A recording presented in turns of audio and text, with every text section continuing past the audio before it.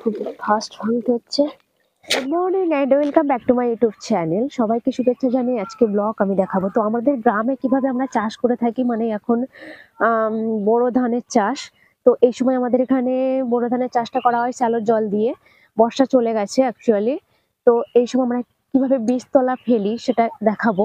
কিভাবে বীজতলাটা মানে একের পর এক স্টেপ বাই স্টেপ করেছি এবং মানে ধান একটা ছোট থেকে বড় কিভাবে করেছি তৈরি করা হয়েছে সেটাই আমি দেখাবো স্টেপ 1-এ এবং রটাও দেখাবো সেটা স্টেপ 2-তে। যাই হোক, তো প্লিজ একটু ধৈর্য ধরে আমার ভিডিওটা দেখবেন, আমি সেটাই দেখাবো। এসে গেছি বন্ধু সেই মূল ভিডিওতে। তো এই যে দেখো, এই যে জঙ্গল মধ্যে ছিল পরিষ্কার করেছি সবাই মিলে। এখন জল দেওয়া হচ্ছে, জল দিয়ে যে কোপানো হচ্ছে। মা বাবা তো থাকে না, একসাথে যায় বাবার কাজে সাহায্য করার জন্য আমাকেই করতে হয়। তো তার জন্য এই একের পর এক মানে কোদাল দিয়ে আজ একটু কাল একটু মানে 3 দিন ধরে মাটিটা কুপিয়েছিলাম।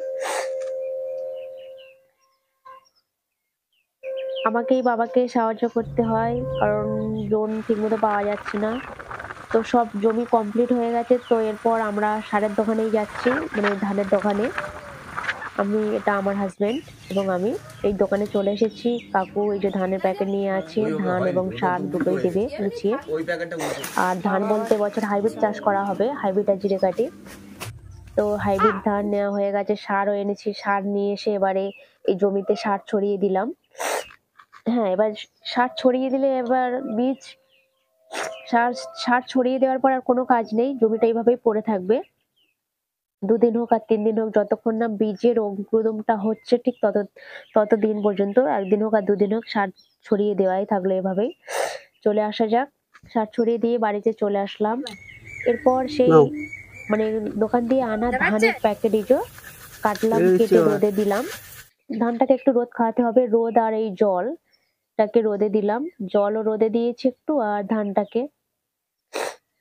তো ধান হয়ে গেলে আমি জলের মধ্যে, আর ধানটা দেখেছো নাড়াচাড়া করে এইভাবে পা দিয়ে করা যায়, হাত দিয়ে করা যায়। হাইব্রিড ধান তো অল্প ধান, তো জলের মধ্যে দিয়ে দিয়েছি। জল থেকে ঠিক 48 কতটা 30 ঘন্টা মতো রেখেছিলাম। অ্যাকচুয়ালি 30 ঘন্টা মতো রেখেছিলাম, প্রায় ধানের মুখ চলে এসেছিল। একটু বেশি ভিজলে ভালো হয়। তো জলটাকে সরিয়ে নিলাম। হ্যাঁ, ওই যে মশারি নিয়ে জলটাকে সরিয়ে নিলাম। ধানে প্রায় মুখ চলে এসেছে। এবারে অল্প ধান যেহেতু সেগুলো ঝরাতে বা কলার পাতা দিয়ে দেবো না। তো এখন একটু হালকা হালকা গরম আছে, তো তার জন্য ওই বস্তা দিয়ে নিয়ে নিলাম। আর এই যে খড় পড়েছিল, এবার খড় বিক্রি হয়নি, তো খড় ছিল প্রচুর। সেই খড়ের মধ্যে তো প্রচুর গরম হয়, আপনারা জানেন।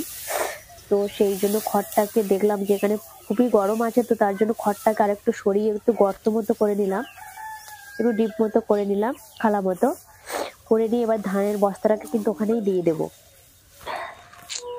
তো ধানের বস্তাটাকে, ধানগুলোকে একটু সমান সমান করে হালকা ধরুন 2 ইঞ্চি মতো রেখেছিলাম, 2-2.5 ইঞ্চি পুরু হিসেবে রেখে, 2.5 ইঞ্চি মতো পুরু হিসেবে রেখে মুখটাকে দিয়ে আমার হয়ে গেছে। দেখো, এই যে দিয়ে দিলাম, দিয়ে খড় চাপা দিয়ে দিলাম। আচ্ছা, এখন বাজে 12:30। তো 12:30 পৌনে 1টা মতো বাজে। তো এই সময় আমি ধানটা দিলাম। এবার এই ধানটাকে খুলে দেখবো কালকে, মানে একদিন পর। 12 ঘন্টা, তো 24 ঘন্টা, 24 ঘন্টা সেখানে দুপুরবেলা দেখা হয়নি। সেই জন্য আমরা সন্ধ্যা হয়ে গেছিল, দেখো সন্ধ্যার সময় লাইট মেরে দেখছিলাম, দেখছিলাম ধানটাকে। দেখো ধানে পুরো বীজ বেরিয়ে গেছে, দেখো। তো এর সময় একে জল দেওয়া দরকার, মানে জলের তো প্রয়োজন। সেই জন্য ধানটা গরম হয়ে যাবে, যেহেতু বীজ মানে এই অঙ্কুরোদমে যদি জল না দেওয়া যায় প্রচুর গরমে ভেবে যাবে ধানটা। সেই জন্য আমরা এই চোখে জল দিয়ে দিলাম, জল দিয়ে একটু ঠান্ডা করে দিলাম। ভিতরে যেহেতু বস্তা, ওই জন্য কাছ থেকে একটু গর্ত করে দিলাম, জলটা যাতে তলার দিকে বেরিয়ে যায় গরম ভাবটা। দিয়ে আবার যেমন ছিল তেমন রেখে দিলাম ঢাকা দিয়ে। হ্যাঁ, গ্রামে এগুলো করতে গেলে প্রচুর কষ্ট হয়। তো যারা করে তারা জানে, আমরাই জানি অ্যাকচুয়ালি। আর যারা জানে না তো তারা একটু চাষ থাকতেই হয়। আমরাও ছোট থেকে শিখেছি, বাবা মা করে। তো যাই হোক, আমার মা এই যে ঢাকা দিয়ে দিল, আমি লাইটটাই ধরেছিলাম। তার পরের দিন, মানে বুঝতে পারছেন 48 ঘন্টা পর কিন্তু আমার অঙ্কুরোদগম হয়েই যাবে কমপ্লিট। পরের দিন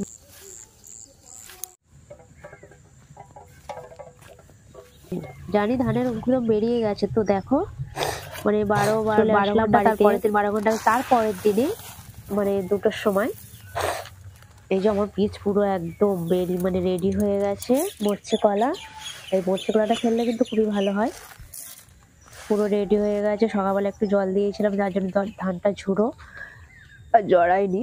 ধান নিয়ে চলে এসেছি মাঠের মাঝখানে, যেখানে আমার বাবা জমিটা রেডি করছে। বাবার হাতে হাতে একটু কাজ করে দিচ্ছিলাম। দেখো ওই যে শান্তি শাকের পুরো মানে একটা মানে কেন ঘুষ হয়ে আছে, ওটাকে ক্লিন করছি, পরিষ্কার করছি। আর বাবা এদিকে কাজ করছে। তো সন্ধ্যা হয়ে যাচ্ছে, একটু লেট হবে অনেকটা, জমি প্রায় 7 কাঠার কাছাকাছি। হ্যাঁ, তো বাবাকে আমি ধানটা ফেলতে বলেছি, আর আমিও একটু বাবার হাতে সাহায্য করে দিচ্ছি। দেখো বাবা যেভাবে করছিল। তো আমরা এই সময় মই দিই না, অল্প যেহেতু জমি, তো ওই জন্য একটা লাঠি নিয়েছি। আর সার দেওয়া ছিল, জমি মানে কাদা হয়ে গেছে, পচে গেছে। তো একটু লাঠি নিয়ে হালকা টানা টানা দিলেই সমান হয়ে গেছিলো। তো এই যে ধান ফেলেছে, দেখো ধান ফেলা হয়ে গেছে। আজকের মতন ছুটি হয়ে গেছে। পরের দিন আমি এই যে দেখতে এলাম, এটা কিন্তু অ্যাকচুয়ালি 5 দিন হয়ে গেছে ধানের বয়সটা। 5 দিন পর আমি ধানটা এরকম হয়ে গেছে। আর এটা তো পুরোপুরি কমপ্লিট হয়ে গেছে 1 মাস, প্রায় 1 মাস 5-6 দিন। এই ধানটা দেখছেন, এটা কিন্তু 3 দিন পরে অঙ্কুরোদগম নিয়েছে। জলটা শুকিয়ে গেছে। এই যে ধান পুরো রেডি হয়ে গেছে। আমরা সবাই ভিডিওটা মানে প্রথম থেকে লাস্ট পর্যন্ত কিভাবে ধান গাছটাকে মানে একটা বাচ্চা যেমন ছোট থেকে বড় হয়, ঠিক ধান গাছটাকে কিভাবে বীজের অঙ্কুরোদগম করলাম এবং সেটা ফেললাম, সবকিছু দেখালাম ডিটেলস।